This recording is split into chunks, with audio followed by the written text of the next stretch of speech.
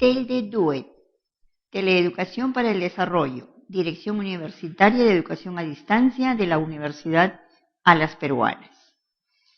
Nuevamente nos reencontramos en este interesante taller y en esta tarde para ver el último de los temas vinculado a las reflexiones acerca del rol del psicólogo en su condición de persona, de ciudadano y como profesional de las ciencias de la salud.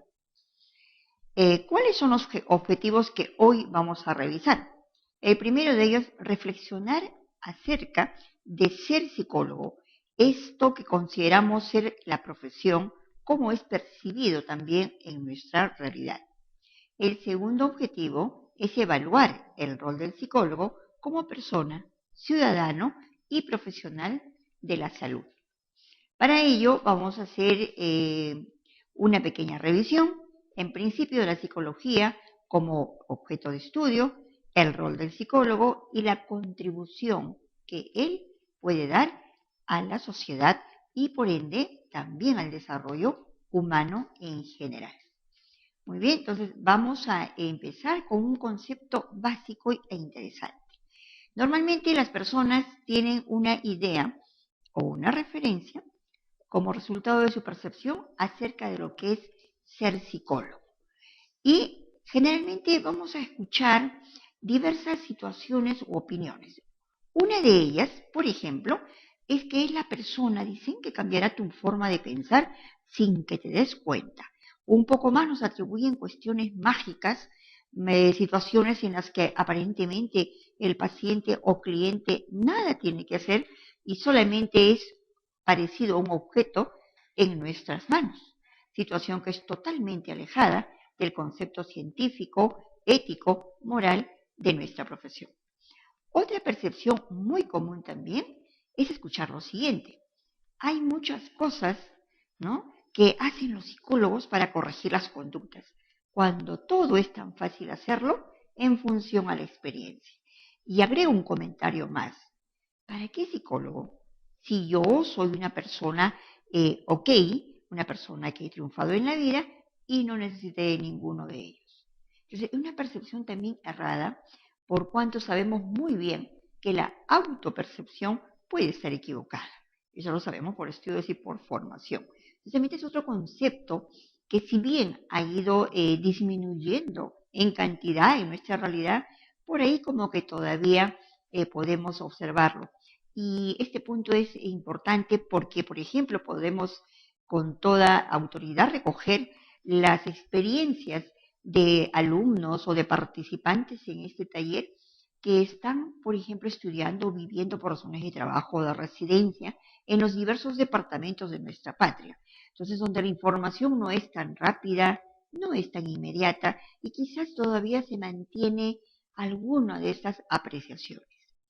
Una tercera apreciación muy común es de que es el profesional que te va a sanar de todo, sobre todo cuando estés enfermo. Atribuir al psicólogo sola y exclusivamente el tratamiento o la intervención en personas que tienen una patología. También sabemos que es un concepto alejado de nuestro quehacer, porque también intervenimos en la mejora y en el dotar de estrategias y capacidades a las personas para que puedan conducir a una mejor orientación sus actividades o mantener aquellas capacidades que las tienen, ¿no? Un ejercicio muy común sabemos que es, por ejemplo, el FODA aplicado a la apreciación personal, ¿no?, que tanto conocemos nuestras capacidades, nuestras fortalezas, nuestras debilidades, si identificamos bien las amenazas y reconocemos las oportunidades. Entonces, nada más falso que sola y exclusivamente esté nuestra profesión dirigida a la patología. Una cuarta opinión, también generalizada, es que estudiamos mucho para aplicar los test o unas pruebas o un comentario adicional. Eso es tan fácil hasta que lo puedes encontrar en las revistas y te van a decir cómo hacerlo. Totalmente alejado. Y esto invita a la reflexión, porque el tema es reflexión de hoy, sobre las personas no autorizadas desde el punto de vista de formación, legalmente, como ya hemos visto en los temas anteriores sobre la legalidad del ejercicio de la profesión hacer uso indebido de un título, entre comillas, título porque no existe como tal, o aún no se ha concluido de repente la formación profesional y ya se desprestigia lamentablemente nuestra profesión. Entonces, ello es importante también tener en consideración para que luego veamos de qué manera podemos contribuir en una forma mucho más consciente a mantener y a mejorar, lógicamente, la imagen de nuestra profesión. Entonces, este tema también nos invita a revisar el concepto de psicología. Y sabemos que el estudio, el objeto de estudio de la psicología es precisamente eso, estudiar, sí, pero de manera científica, el comportamiento humano y los procesos mentales. Es decir, qué procesos intervienen para que se manifieste una conducta. Sabemos muy bien que todas las personas no realizan el mismo procesamiento de información, por ende no tienen la misma interpretación y sobre todo no se manifiesta de la misma manera. Esto además está sujeto al contexto en el que se desarrolla. También tenemos que tener en cuenta que encontramos la psicología básica, la psicología experimental y la psicología aplicada como las tres grandes vertientes de esta profesión. Entonces, veremos aquí, por ejemplo, que la psicología básica tiene una determinada orientación, estudiar científicamente la naturaleza y funcionamiento de los procesos psicológicos, es decir, procesos como la cognición, la memoria, el lenguaje, la atención y lo importante del proceso del aprendizaje, además las emociones, los sentimientos, ¿verdad? Tanto en una dimensión de normalidad como en una patológica. En cuanto a la psicología experimental, indudablemente se refiere a la aplicación del método científico en la psicología básica. O sea, el estudio, las investigaciones que conocemos se realizan en lo referente a estos procesos mencionados. Finalmente, encontramos en la psicología aplicada. También se basa en el estudio científico de la naturaleza y funcionamiento. ¿Cómo funciona? ¿De qué manera la persona procesa justamente la diversa información a través de sus procesos cognitivos, por ejemplo, o afectivos? Y por lo tanto, también se hará en función a la dimensión de normalidad o patología. Aquí en psicología aplicada podemos encontrar diversas ramas, ¿no? Por ejemplo, psicología social, psicología educativa, psicología clínica y en muchos otros campos que ha logrado abrir un poco la psicología su abanico. Vamos a ver entonces también qué es psicología científica, o mejor dicho, qué no es, que sería más fácil, porque fácil es decir psicología científica, podemos esbozar el concepto de aquello que está sujeto a principios, normas y métodos. Muy bien, pero veamos más bien qué no es científico. Por ejemplo, solo dedicarse a la aplicación de los test, que el profesional en psicología solo y exclusivamente se dedique a la aplicación. No estoy mencionando siquiera la interpretación. Entonces, esto va a sesgar mucho su competencia, que es un caso muy distinto que alguien pueda pensar que se dedica, por ejemplo, a la elaboración, a la corrección, a la estandarización de test. Es un campo muchísimo más amplio. Aquí solamente es la aplicación. Entonces, eso también, digamos que difunde una imagen no muy conveniente y alejada de lo que es el espíritu de la profesión hacia la comunidad. Otro aspecto que también consideramos que no es psicocientífico es considerar la psicología lo mismo que el psicoanálisis. Y sabemos muy bien que el psicoanálisis no se incluye, ¿okay? No se incluye como ciencia en la psicología, no está reconocido como tal. Entonces tampoco no podemos mencionar que es lo mismo. Finalmente, también decir que la psicología equivale a algo parecido como a la parapsicología, situación también que no es correcta por cuanto la parapsicología no es ciencia. Bien, hasta aquí hemos recordado un poco el concepto de psicología, cuál es el objetivo del estudio. Veamos ahora entonces cuál es el rol del psicólogo, cuál es su participación. Entonces, para ello tenemos que considerar un aspecto importante. La labor del psicólogo no consiste solo en solucionar problemas de las personas. Ese es un concepto errado, por cuanto no significa de que la persona acuda a nosotros con su problemática y nosotros lo solucionemos. No, esto es una relación del psicólogo con el sujeto que debe aprender precisamente con la intervención del profesional en psicología a hacer uso de estrategias, de mecanismos que le permitan, primero, asumir, enfrentar la situación y segundo, resolverlo. Esa es justamente la labor del psicólogo. No es una especie de paternalismo, ni tampoco es una situación de dirigir a modo de resolver todo sin que el sujeto participe en nada o no sea consciente de ello, ¿verdad? Entonces, eso es fundamentalmente la diferenciación que debemos tener en cuanto al rol del psicólogo.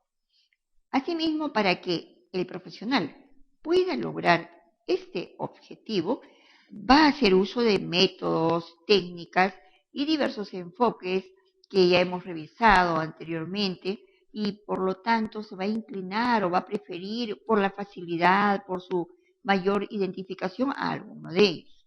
Lo cierto es que también siempre deberá adicionar una escucha activa, una capacidad empática que debe ir desarrollando progresivamente. Estos aspectos son muy importantes para cumplir eficazmente con este rol.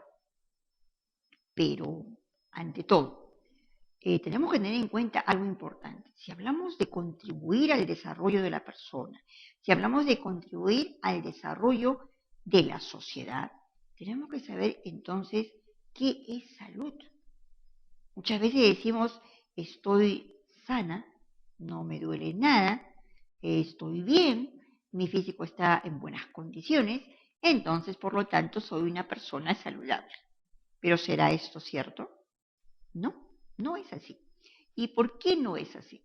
Porque tenemos que tener en consideración, como vemos en las imágenes, que hay diferentes roles que cumplimos las personas.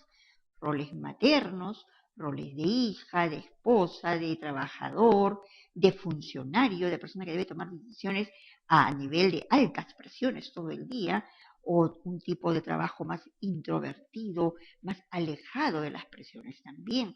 Las diferentes etapas del desarrollo humano, desde el infante, el niño, el adolescente, el joven, el adulto temprano, intermedio, mayor, ingresando a la otra etapa importante que también es el adulto ya intermedio, el adulto tardío. Ese proceso tan importante que inclusive hoy ha generado otra especialidad que se llama gerontología, ¿no? Que no es nuevo, pero aquí en nuestro país es más o menos joven. Entonces, eso nos permite reconocer que la salud no es una línea, digamos, permanente en la vida de la persona. Es más, hay ciertas características. No es lo mismo la crianza de un niño con presencia de los padres, con solamente la presencia de uno de ellos. No es lo mismo también el desarrollo de la persona en un contexto económico carente, difícil, holgado o suficiente. No es lo mismo una familia disfuncional, la presencia de personas que padecen situaciones, por ejemplo, de adicciones. No es lo mismo. Por lo tanto, hay que tener muy claro qué se considera salud. Y de acuerdo a la Organización Mundial de la Salud, precisamente, salud no solo es entendida como la ausencia de enfermedad, no, también es entendida como la presencia de bienestar físico, psicológico y social. Es más, se está adicionando espiritual. Quiere decir que yo no solamente debo estar ausente de problemas o desequilibrios netamente orgánicos, sino también hay que ver cómo está mi nivel de pensamiento, de sentimientos, si me siento bien, si me siento realmente conforme, si tengo una buena autopercepción, un autoconocimiento, una valoración adecuada, positiva. Y si no lo es, entonces ¿podré decir que soy saludable? No. Además, también tenemos que tener en cuenta que la persona contribuye a su propio desarrollo de su familia y de la sociedad en la medida que está saludable, lógicamente. Y puede también alcanzar mejores niveles en la vida, lo que se traduce como calidad de vida. Y veamos, pues, qué es ese término, qué significa calidad de vida. En todo caso, cómo podemos darnos cuenta si hay o no calidad de vida en una sociedad o en nuestra propia vida. En general, calidad de vida es la percepción que tiene el individuo de su posición. ¿Qué tanto o de qué manera percibimos nuestra posición en la vida? ¿Como penosa? ¿Como deficitaria? ¿Como en desventaja siempre? ¿Cómo la percibimos? ¿No? Y eso en los contextos culturales y, por supuesto, de acuerdo a los sistemas de valores en que vivimos. Muchas veces podemos encontrar en una determinada sociedad valores que están alejados del propio sentido del valor, donde se trastoca justamente los aspectos éticos y morales.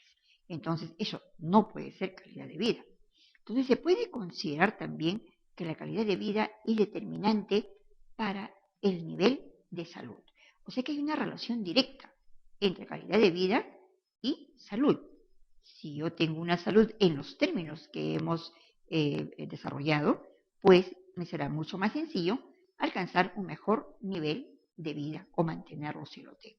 Si no tengo ese nivel de salud, entonces, lógicamente, habrá también aspectos que van a tener como consecuencia que yo no pueda brindar esas consideraciones. Como actividades, hemos considerado las siguientes. Por ejemplo, evaluar. Esto es importante. ¿Por qué? Porque justamente el taller de hoy es una reflexión acerca de nuestra posición como profesionales. Evaluar la participación del psicólogo en la problemática social presente. Bueno, hagamos una apreciación en general de la participación del psicólogo. ¿Se participa? ¿Se dice algo frente a situaciones que encontramos negativas, que perturban la salud emocional de los jóvenes, de las personas? ¿Qué posición tenemos frente a la violencia, frente al alto nivel de delincuencia como psicólogos? Entonces, ¿estamos participando? ¿Estamos contribuyendo? ¿De qué manera en todo caso? Una segunda pregunta es, ¿en qué áreas no está presente el psicólogo y que debería estarlo? Esto es importante particularmente por los participantes que están en diferentes departamentos o ciudades de nuestro país, porque obviamente en cada una de esas ciudades la realidad es diferente, las exigencias son distintas y también las carencias difieren unas de otras. Entonces, en donde no hemos visto la presencia del psicólogo y consideramos de repente que sí es necesaria. ¿En qué áreas? Una tercera interrogante es qué indicadores observamos en la sociedad que conducen al deterioro de la salud mental. No se trata de saber cómo está la salud mental, qué aspectos están mucho más afectados, no. ¿Qué aspectos, qué indicadores estamos viendo que se desarrollan en la sociedad y que de repente están contribuyendo, por supuesto, de manera negativa, porque deterioran el nivel de salud de las personas? Y la última interrogante, ¿cuál es o debe ser la contribución del psicólogo para que la población alcance un mejor nivel de salud? ¿Cómo contribuir? ¿Solo de manera individual? ¿O cómo podríamos diseñar una estrategia para contribuir precisamente a mejorar ese nivel de salud en nuestra población? De esta manera, estimados participantes, hemos concluido este taller. Muchas gracias por su participación y será hasta cualquier momento.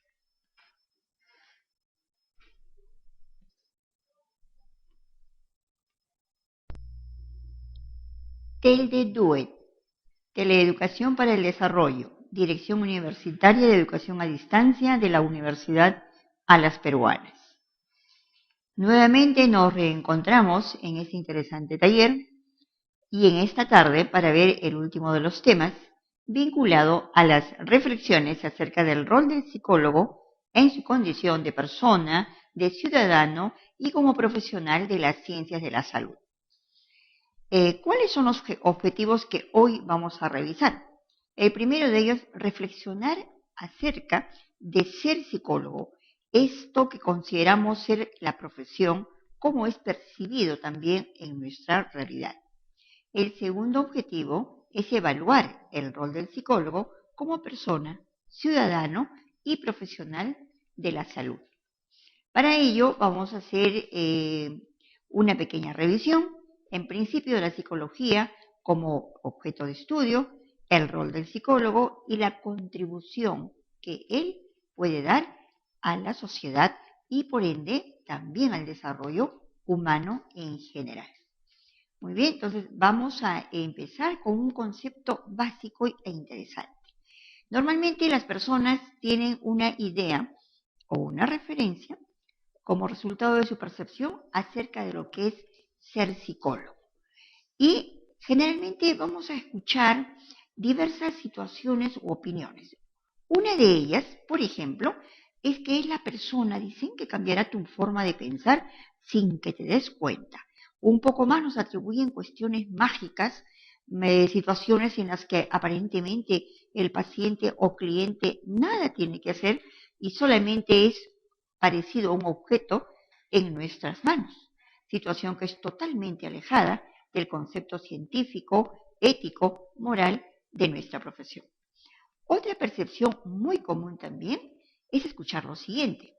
Hay muchas cosas, ¿no?, que hacen los psicólogos para corregir las conductas, cuando todo es tan fácil hacerlo en función a la experiencia. Y agrego un comentario más. ¿Para qué psicólogo? Si yo soy una persona una persona que he triunfado en la vida y no necesité de ninguno de ellos. Entonces, es una percepción también errada, por cuanto sabemos muy bien que la autopercepción puede estar equivocada. Eso lo sabemos por estudios y por formación.